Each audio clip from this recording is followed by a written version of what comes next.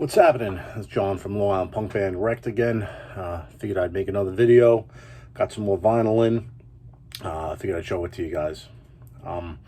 Nothing new with the band, same old stuff. I think some of the rehearsal studios are getting back to booking time, so, God willing, we'll get in and start rehearsing again. I'm sure the gigs will be few and far between for everybody, moving forward until they figure out how to do this. So, we're sort of in a holding pattern, so that's what we're going to be. So anyhow, I'll show you the first one. Right here, this is Izzy Stradlin, Pressure Drop, single, picture disc. This is actually on the album Izzy Stradlin and the Juju Hounds. He had an album that he went after he left Guns N' Roses. Formed a band with Rick Richards from Georgia Satellites. Drummer, I forget his name, but he played with Social Distortion. He played with Bob Dylan. He was phenomenal. I forget his name though. I feel bad. Anyways, Izzy Stradlin was the heart and soul of Guns N' Roses, in my opinion. Wrote some of the best songs for them, and that Juju Hounds album is phenomenal. I really was a big fan of his subsequent releases, but he's one of those guys. He's a very underrated guitar player, very underrated songwriter. And Pressure Drop isn't his. Toots and the Maytals, Wrecked. We cover that every show.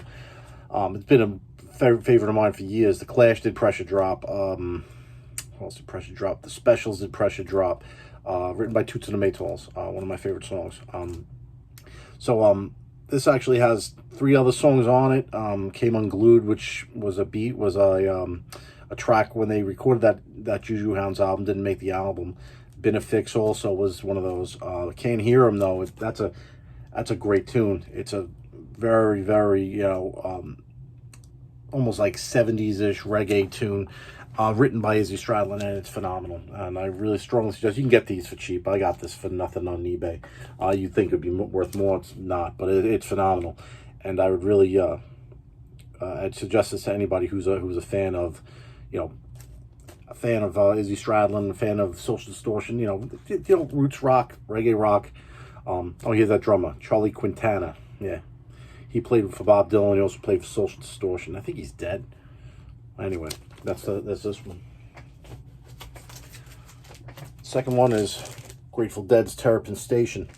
I actually bought this thinking I didn't have it. When I went to put it away, turns out I had it. It's not really one of my favorite Dead albums. Estimated Profits on it, Samson Delilah's on it, which I love.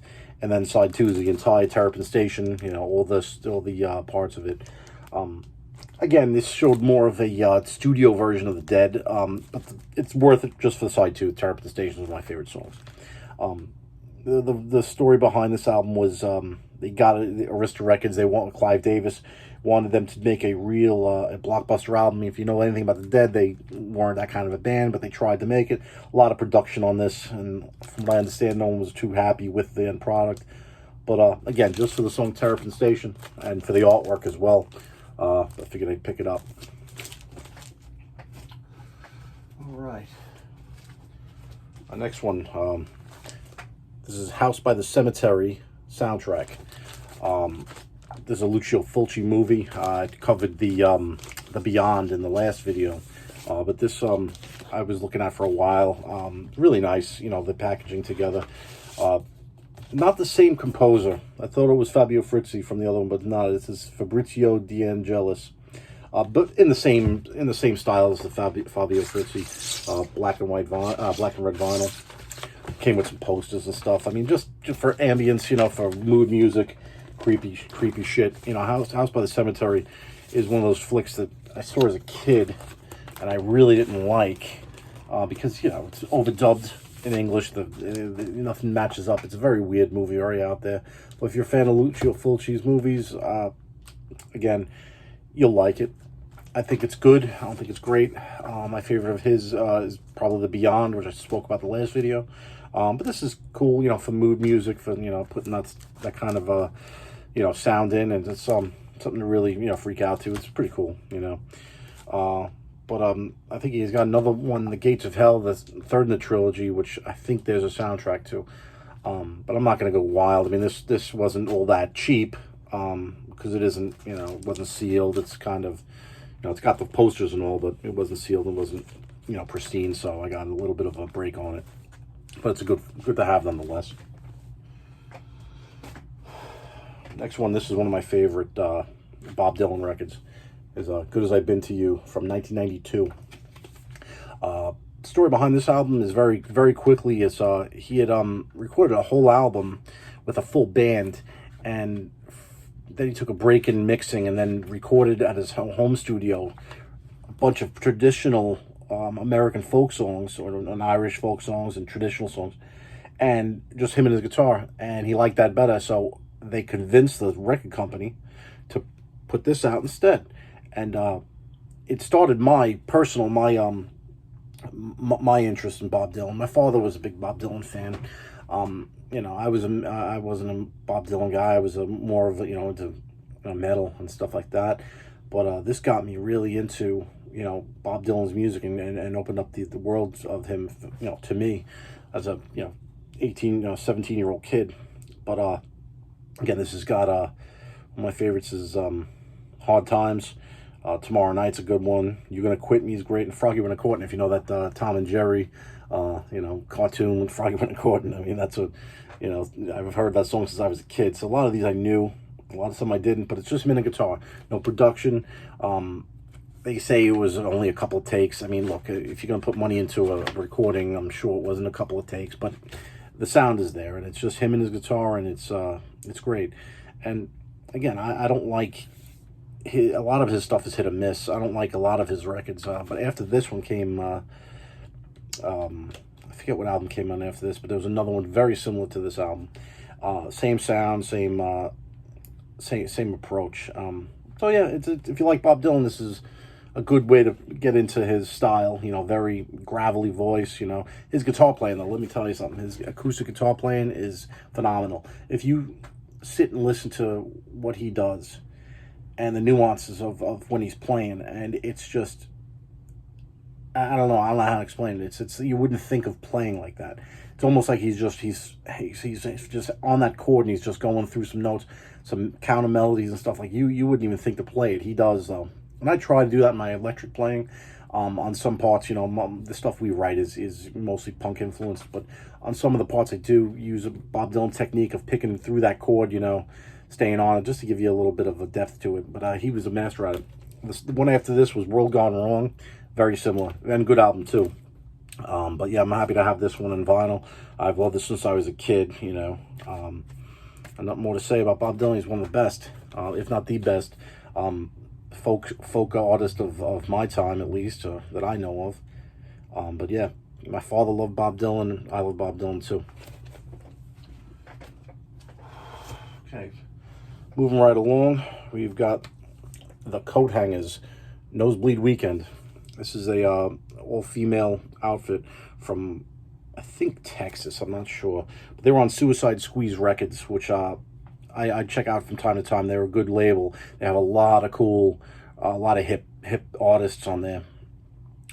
This is real garage rock, sort of like if you listen to Little Steven's Underground Garage on Sirius, stuff like that. And that's the kind of music I'm pretty much into these days. It's just good songs, good lyrics, played by people who give a shit, and these girls really do give a shit.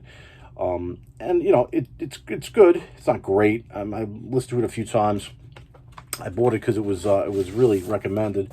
It came in cool marbled vinyl, but it's kind of warped.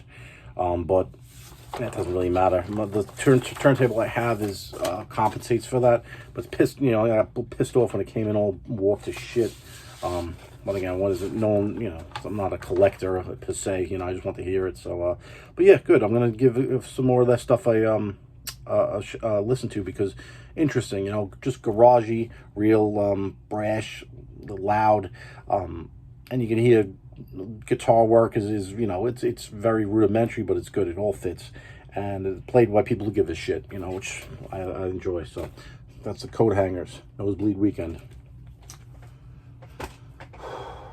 Okay, and the last one I have is, again, on Suicide Squeeze Records. This is Death Valley Girls, Breakthrough. paired with Rock and Roll and EGA. These are all cover songs from what I understand. Breakthrough, I think, I don't know, I'm not even gonna pretend. Just Black and Purple Vinyl was cool. I saw it came up on Suicide Squeeze, the email I got. I listened to it, and I'm like, let me check this out. It's really good. Again, along the same lines as the Coat Hangers, real garagey type shit. And one of these songs is a band Atomic Rooster. I'd never heard of them.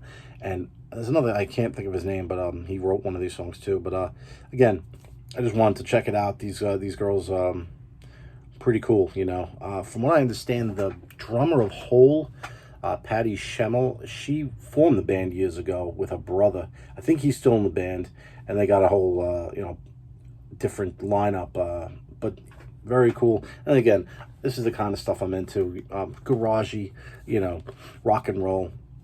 If I'm not listening to, you know, The Dead or Black Sabbath or Lana Del Rey, I'm listening to, you know, punk-inspired rock, because that's where I get my inspiration from, you know, our music, you know, because, you know, there's so much music out there. I mean, for people say there's no good music, no new good music, you're out of your fucking mind, because there's so much that you can get into.